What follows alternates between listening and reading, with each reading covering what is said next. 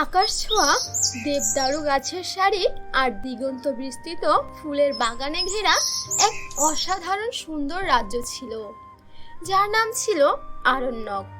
এই রাজ্যের রানী ছিলেন রুক্মিণী।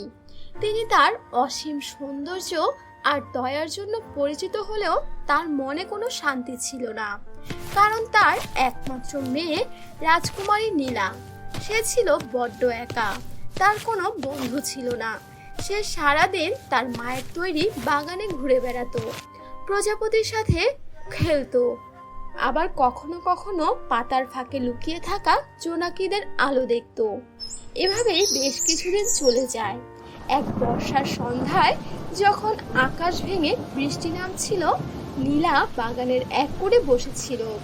বৃষ্টির ফোঁটা তার মনকে আরো বিষণ্ণ করে তুলেছিল। এমন সময় হঠাৎ একটি অদ্ভুত ঘটনা ঘটল। বাগানের মাঝখানে থাকা পুরনো আম গাছের নিচে এক ঝলমলে আলো জ্বলে উঠল। সে আলো এতটাই তীব্র ছিল যে নীলার চোখ ধাঁধিয়ে দিল। আলো যখন ফিকে হয়ে এলো, নীলা দেখলো সেখানে দাঁড়িয়ে আছে এক অপার্থিব সুন্দরী। তার পরনে ঝলমলে সাদা পোশাক, মাথায় তারার মতো উজ্জ্বল মুকুট, তার পিঠে যেন এক জোড়া স্বচ্ছ ডানা। নীলা অবাক হয়ে তার দিকে তাকিয়ে রইল। পরীর মতো সেই মেয়েটি মৃদু হেসে নীলার দিকে তাকিয়ে রইল। ভয় পেও না রাজকুমারী, আমি তোমার বন্ধু। আমার নাম আলো। আমি অনেক দূর থেকে এসেছি, আর আমি দেখেছি তোমার মনটা ভালো নেই। তুমি খুবই একা। তুমি কে? আর তুমি এখানে কি করছো? আমাদের রাজ্যে তো এমন কেউ নেই। তোমাকে আমি প্রথমবার দেখছি। আমার খুব ভয় করছে। হঠাৎ করে তুমি এখানে কিভাবে এলে? আমি খুব দূরে এক রাজ্যে থাকি। আমি দেখতে পাই পৃথিবীর বুকে কার মন ভালো নেই, আর তখনই আমি সেখানে ছুটে যাই। আমি তোমাকে একটি উপহার দিতে এসেছি।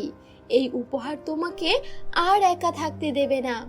নীলা কিছু বুঝে ওঠার আগে আলো তার ডান হাতের ইশারা করলো। মুহূর্তের মধ্যেই তারার আলোয় ঝলমলে একটি পোশাক নীলার সামনে ভেসে উঠল। পোশাকটি ছিল এক অসাধারণ লেহেঙ্গা, যার প্রতিটি অংশে যেন ছোট ছোট তারার টুকরা সেলাই করা। আলোর মৃদু আলোয় পোশাকটি ঝলমল করে উঠল, আর নীলার মন আনন্দে নেচে উঠল। বন্ধুরা, তোমরা কারা কারা আজকের এই গল্পটি দেখছো, তাদের নাম কমেন্টে লিখে জানাও। নীলা লেহেঙ্গাটি হাতে নিয়ে অবাক হয়ে গেল। এমন সুন্দর পোশাক সে জীবনেও দেখেনি। এটা কি? এটা কি সত্যি? এটা এত সুন্দর কেন? এটা পরলে আমি কি তোমার মতো সুন্দর হয়ে যাব? এটা আমাকে কেন দিলে? এটা তোমার জন্য নীলা। তুমি এখন আমার বন্ধু। তোমার মন ভালো রাখার জন্যই আমি এটা এনেছি। এটা পরে তুমি যখন খুশি বাইরে যেতে পারবে, রাজ্যের যেখানে খুশি সেখানে ঘুরে বেড়াতে পারবে। আলোর কথা শুনে নীলা আরো উৎসাহিত হয়ে উঠল। সে মুহূর্তের মধ্যেই লেহেঙ্গাটি পরে দেখলো, আর তখন তার শরীরটা যেন হালকা হয়ে গিয়েছে। সে যেন এক জাদুময় আবেগে চলে গিয়েছে। তার চারপাশে সবকিছু হঠাৎ ঝাপসা মনে হলো। পরের দিন সকালে নীলা সেই লেহেঙ্গাটা পরে বাগানে গিয়ে বসলো। তার মা রানী রুক্মিণী নীলাকে দেখতে না পেয়ে চিন্তায় পড়ে গেলেন। তিনি চারদিকে নীলাকে খুঁজতে লাগলেন, কিন্তু নীলা হাসি মুখে মায়ের সামনে দিয়ে চলে গেল। তবুও রানী দেখতে পেল না। নীলা, নীলা, তুমি কোথায়? সকাল থেকে তোমাকে কোথাও খুঁজে পাচ্ছি না। তুমি কোথায় গিয়েছো নীলা? তোমাকে খুঁজতে খুঁজতে আমি ক্লান্ত হয়ে যাচ্ছি। নীলা চুপ করে রইল। সে তার মায়ের দুশ্চিন্তা বুঝতে পারলো। এই লেহেঙ্গাটা তাকে এক অদ্ভুত ক্ষমতা দিয়েছে, কিন্তু মায়ের চিন্তা তাকে কষ্ট দিচ্ছে। সে লেহেঙ্গাটা খুলে ফেললো, আর সঙ্গে সঙ্গে সবাই তাকে দেখতে পেল। উফ, নীলা, তুমি কোথায় ছিলে? আমি তোমাকে অনেকক্ষণ ধরে খুঁজছি। কোথায় গিয়েছিলে বলো? কাউকে না বলে কি কোথাও যেতে হয় নাকি? এরকম কাজ আর কখনো করবে না, কিন্তু আমি খুব চিন্তায় ছিলাম। মা, আমাকে কেন বকছো? আমি তো এখানেই ছিলাম মা, তোমরা আমাকে দেখতে পাওনি। রানী রুক্মিণী নীলার দিকে অবাক হয়ে তাকালেন। তার চোখে ছিল এক অন্যরকম জিজ্ঞাসা, কিন্তু তিনি কিছুই বলতে পারলেন না। নীলা সেই লেহেঙ্গাটি সিন্ধুকে লুকিয়ে রাখলো, আর মাঝে মাঝে লুকিয়ে পড়ে বাইরে যেত। কেউ তাকে দেখতে পেত না। সে রাজ্যের বিভিন্ন স্থানে ঘুরে বেড়াতো, মানুষের সাথে মিশতো, তাদের সুখ দুঃখের কথা শুনতো। সে গরিবদের সাহায্যও করত, আর যারা অভাবে ছিল তাদের কাছে খাবার পৌঁছে দিত। একদিন সে দেখলো এক বৃদ্ধ তার পুরনো কুটির মেরামত করার চেষ্টা করছে। নীলা তাকে সাহায্য করতে চাইলো, কিন্তু বৃদ্ধা তাকে দেখতে পাচ্ছিল না। নীলা তখন লেহেঙ্গাটি খুলে ফেললো। বন্ধুরা, তোমরা কারা কারা আজকের এই গল্পটি দেখছো তাদের নাম কমেন্টে লিখে জানাও। পরবর্তীতে তোমাদের নাম দিয়েও গল্প লেখা হবে। তুমি কে মা? আর তুমি কোথা থেকে এলে এখানে হঠাৎ করে?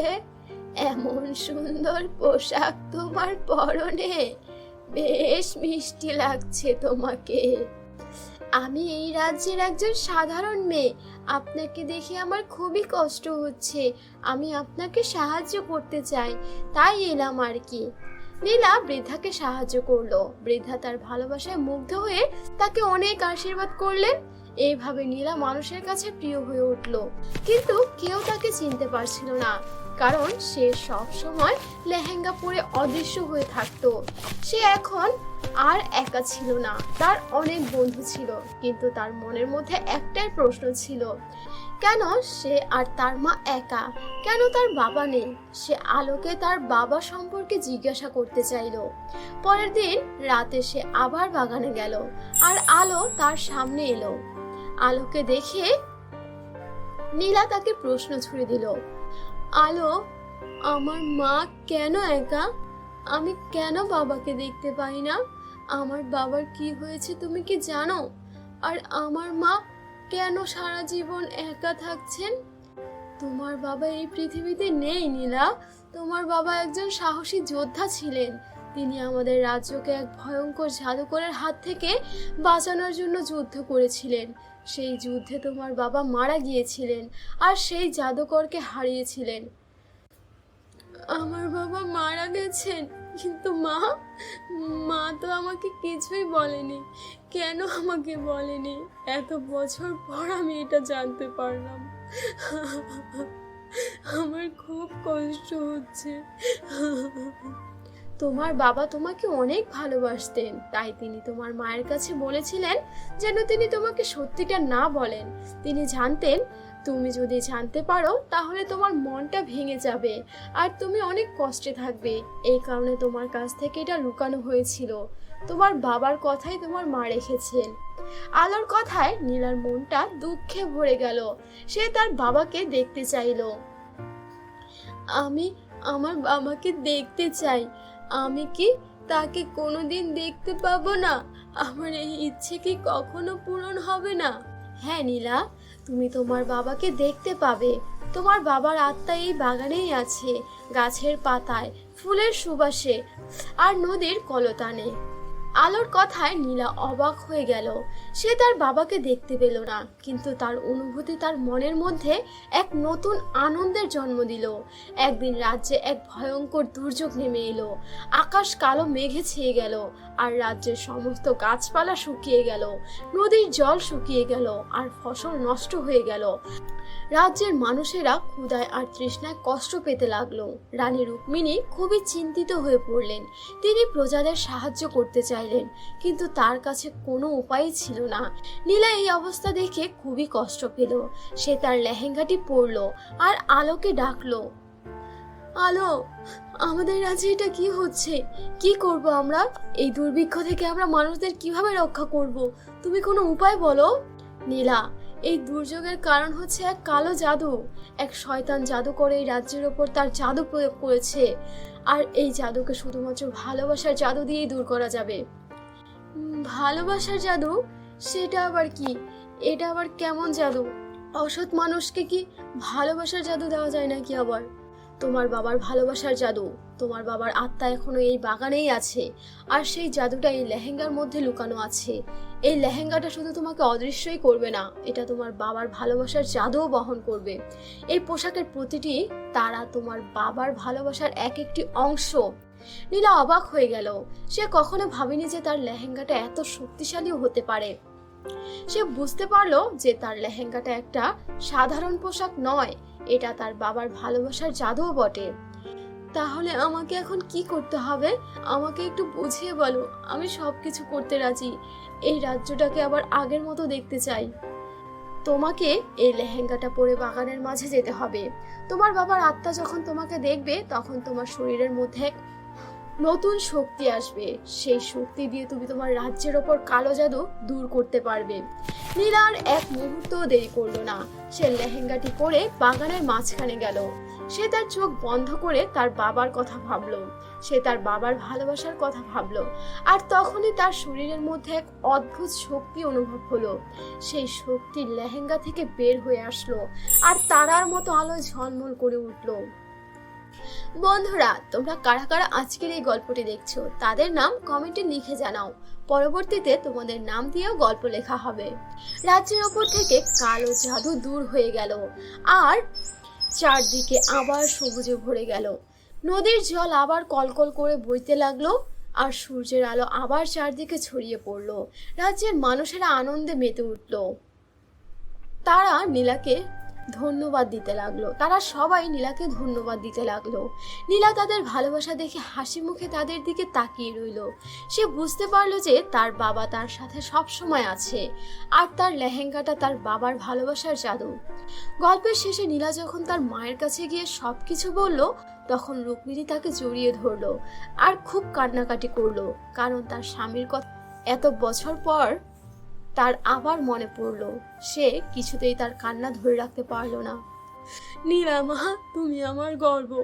তোমার বাবা তোমার মধ্যে বেঁচে আছে, এটা শুনে আমার বেশ ভালো লাগছে। তোমার ভালোবাসার জাদু দিয়ে তুমি আমাদের রাজ্যকে বাঁচিয়েছো। তোমাকে অনেক অনেক ধন্যবাদ মা। আরে মা, আমাকে ধন্যবাদ দিচ্ছ কেন? এগুলো সব আলো পরীর আশীর্বাদে হয়েছে। সে যদি আমাকে বাবার এই লেহেঙ্গাটা না দিত তাহলে তো আমি এসব কিছু পেতামই না। আমার সব কিছু হয়েছে আলোপরীর কারণে। তখনই সেই মুহূর্তে আলোপরী সেখানে উপস্থিত হন আর আলোপরীকে দেখে রুক্মিণী খুশি হয়ে গেল। তোমার জন্য আজকে আমার মেয়ে এই পর্যন্ত এসেছে। আমাদের পুরো রাজ্যটাকে সে বাঁচাতে পেরেছে। তুমি সত্যি খুবই ভালো একটা পরী। তুমি আমাদের এখানে আমাদের সাথে থাকতে পারো। অনেক অনেক ধন্যবাদ আমাকে এভাবে সম্মানিত করার জন্য। তবে আমি আমার পরিরাজ্য ছেড়ে কোথাও থাকতে পারবো না। এটা আমাদের পরিরাজ্যের নিয়মের বাইরে। তবে আমি সারা দিন চাইলে এখানে থাকতে পারবো। দিন শেষে আমাকে আমার রাজ্যে ফিরে যেতেই হবে। নীলা হাসি মুখে তার মায়ের দিকে তাকিয়ে রইল। সে বুঝতে পারলো যে তার বাবা আর নেই, কিন্তু ভালোবাসা সবসময় তার সাথেই আছে। পরীর জাদুর তারার লেহেঙ্গা সেই রাজ্যের নতুন গল্পের সূচনা করলো। তো বন্ধুরা, কেমন লাগলো তোমাদের আজকের এই গল্পটি যদি ভালো লেগে থাকে আমাদের চ্যানেলটিকে সাবস্ক্রাইব করে দিও। আল্লাহ হাফেজ। দেখা হবে নতুন কোনো গল্প নিয়ে।